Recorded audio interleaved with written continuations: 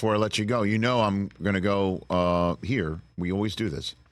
Jake Paul, Mike Tyson have now stared down each other. That's now happened. We've gone. Oh, they did. They did. They laughed a little bit too, but there we go. There's can't deny this photograph. There they are, standing toe to toe. Now what? Now what do we got? We're close. We're getting closer. Any thoughts? Chris Mannix, I was there. That?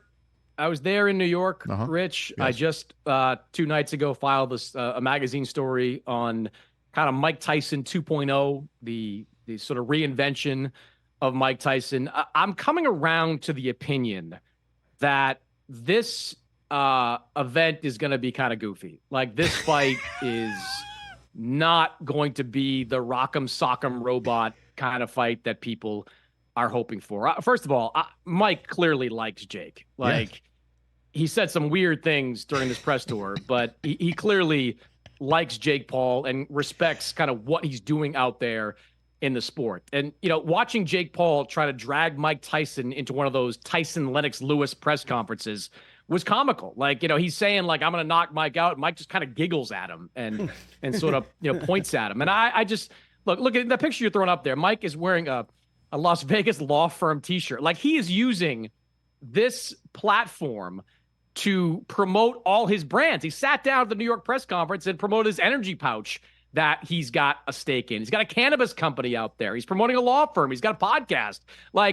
I was talking to some people that know Mike, including Shelley Finkel, his former manager. And look, they just think he's just a really smart guy that knows a good business opportunity when he gets it. So when we get to fight week, Rich, we're going to see, every product that Mike Tyson could possibly be hawking on display in Arlington, Texas. And when they get in the ring, if you're expecting anything more than kind of them clinching each other for 8 2-minute rounds, I think you're going to be disappointed. All right. So do you want to comment on the other Tyson, for lack of a better phrase, Fury? Your 2 cents on what's going on with him? Yeah. Chris? Yeah, I just got back from Saudi Arabia 2 nights ago. I was over there calling that fight for DAZN. That was electric, man. That was awesome to watch. I mean, that was, when you hear people say, that was like a heavyweight fight, that's exactly what they're talking about. That was as back and forth as you can get. First 2 rounds, I thought Usyk was doing some good things in control. The next 5 were dominated by Tyson Fury. And then that 9th round comes along. And not since the days of Mike Tyson, Trevor Berbick, have I seen a fighter kind of stagger around the ring in the way that Tyson Fury did after absorbing shot after shot from Oleksandr Usyk. He was lucky, Rich, that the referee didn't stop that fight in that moment. But he survived the round, had some good, a couple of good moments later on in the fight, and winds up losing a split decision. That was one of the best heavyweight fights that I've ever seen. Yeah. And given that they have a rematch clause, which is supposed to happen sometime in October, I think if they do it again, we're probably going to get the exact same type of event. What's going on with the IBF belt? What's happening here, Chris? Well, that's good. I mean, it's so it won't be for undisputed the next time. Right. When you're a champion, you have mandatory challengers, and the IBF belt that Usyk has had for a long time, he hasn't defended it against a mandatory challenger. That guy's named Filip Hrgović, a former Olympian.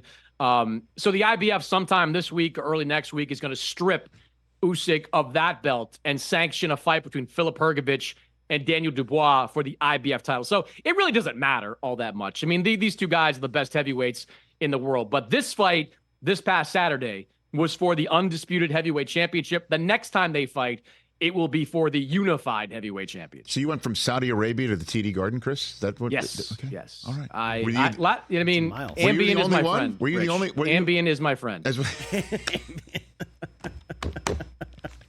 Were you the only one in TD Garden that said I was in Saudi Arabia 2 nights ago? I think so. Okay. I did not happen to catch my DAZN colleagues making the trip with me. Okay. So, but I have to go back next Thursday. We're back for the Deontay Wilder fight in Riyadh. So that Boston to London to Riyadh leg. It was funny. I flew from Qatar to New York on this way back. And the very nice woman at the flight attendant at Qatari Airlines was like, "Oh, can we get you this food? Can we get you this at this time?" I said, "Listen, I'm going to take this red pill right now, and I'm going to go down. And if you see me rolled over Do not wake me up for anything. Unless the plane is going down, do not wake me up. I need to get as much of this sleep as I can get. I'd still want to stay asleep if the plane was going. Yeah, right. Probably. Then in that case, don't wake me up for anything. Mannix going Matrix. There we go. Guy Fieri, was it in Saudi Arabia? I guess Mannix? not. No? I guess not. No, Guy You Fieri. didn't see him there either. No. Guy Fieri, like huge, like I love the Boston Celebrity Row, right? It's like Guy Fieri, David Ortiz, and like 3 Wahlbergs. It's phenomenal the way Boston Celebrity Drake Row May works. was there last night. Okay. Drake May looks like he's 11 years old, man. I wouldn't have recognized Drake May. Drake May looked like one of my cousins. Look at him. There he is right there. Drake May looked like, he could have been one of my cousins from Dorchester, just hanging out and getting good tickets to a Celtic game. Exactly. He looks like one of those guys that's in one of those Boston, Guy Ritchie Boston type ideas. The Town too. Yeah, the Town too. Like, he's going to eat it by making the wrong decision. You know what I mean? The Wahlberg brother Pat, who has the restaurant. That's Look his at son. him. I didn't see this photo. Yeah. Hey, man, great stuff. He looks like, you could do the Town too, and he could be like Jeremy Renner's brother. That's right. That is pissed off at Ben Affleck and is coming down to Florida to get him. And he's going to make a bad move and eat it by like the third act of the movie. You just know it. No doubt. Catch the Rich Eisen Show every single day on the Roku channel, 12 to 3 Eastern, for free.